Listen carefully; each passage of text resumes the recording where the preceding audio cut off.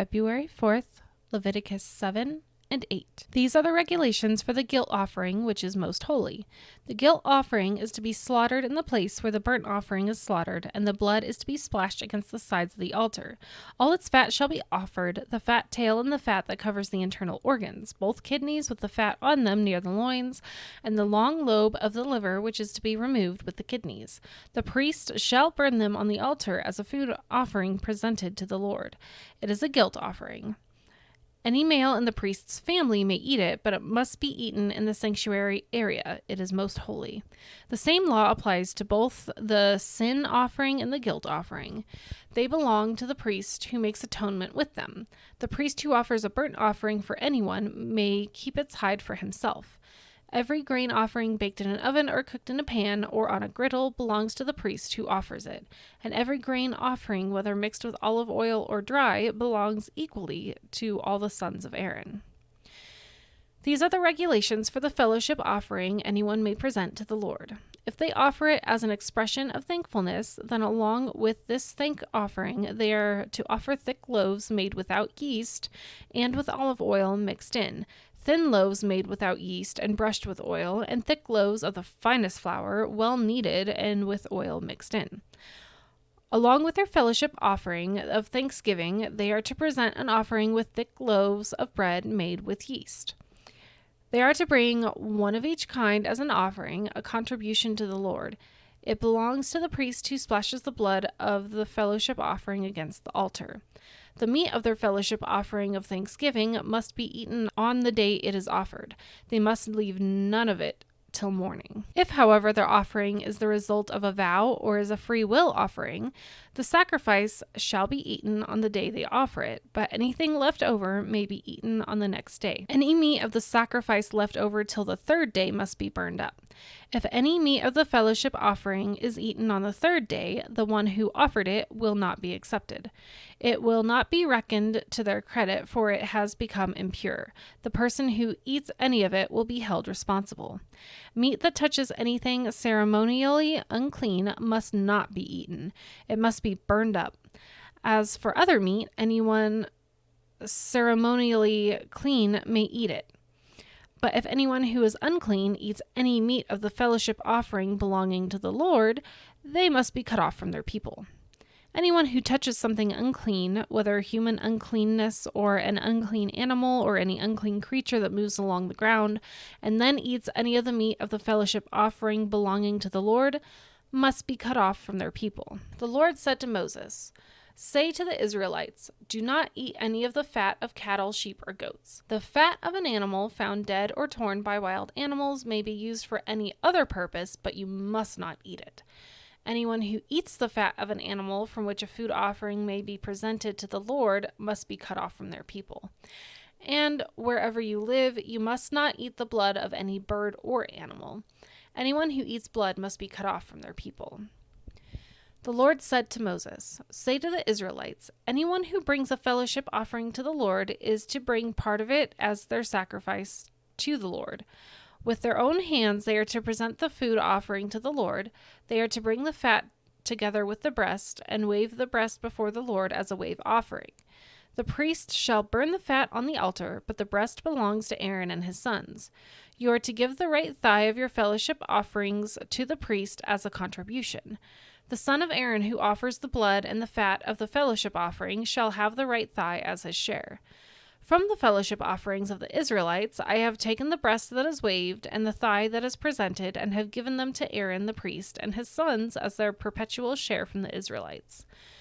This is the portion of the food offerings presented to the Lord that were allotted to Aaron and his sons on the day they were presented to serve the Lord as priests.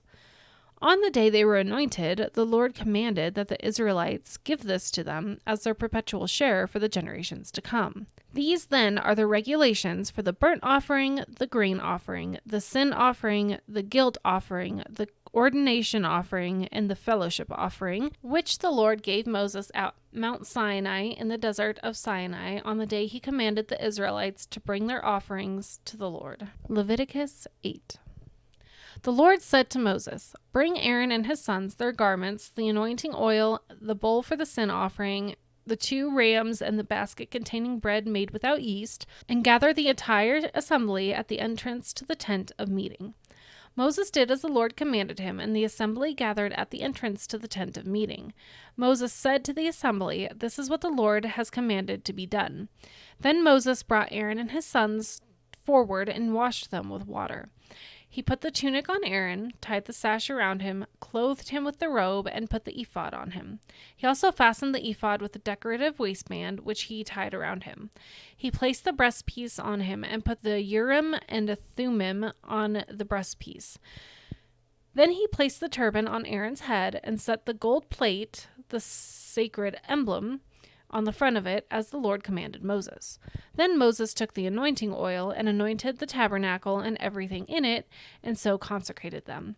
He sprinkled some of the oil on the altar 7 times, anointing the altar and all its utensils and the basin with its stand to consecrate them.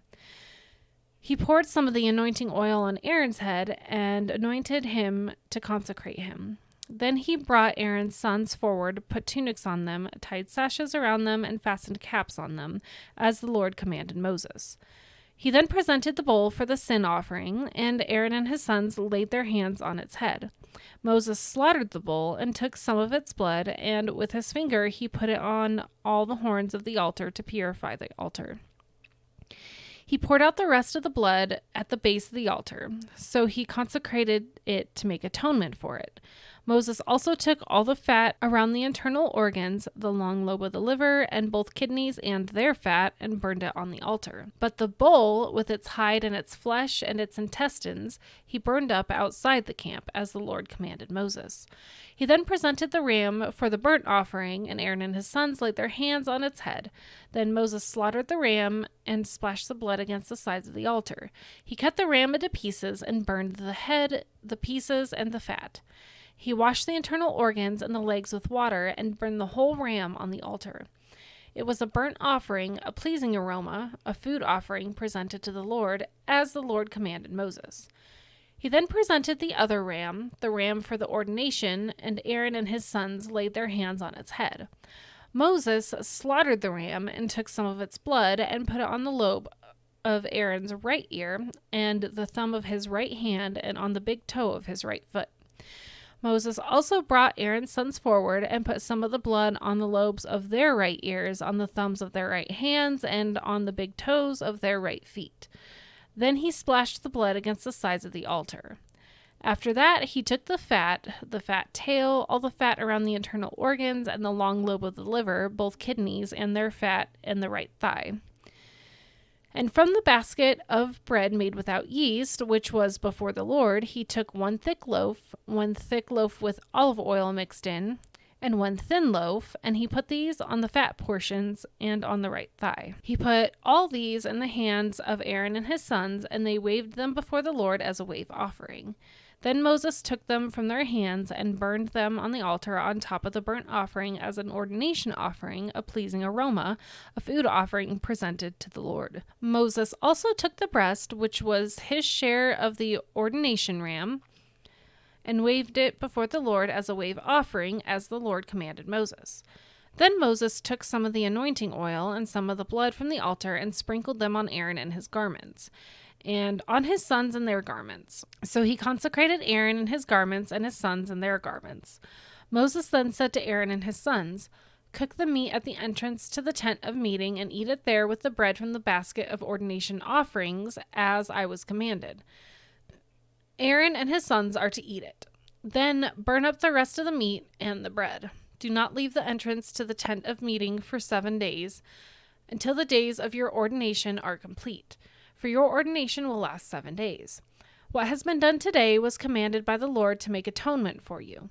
You must stay at the entrance to the tent of meeting day and night for 7 days and do what the Lord requires, so you will not die, for that is what I have been commanded."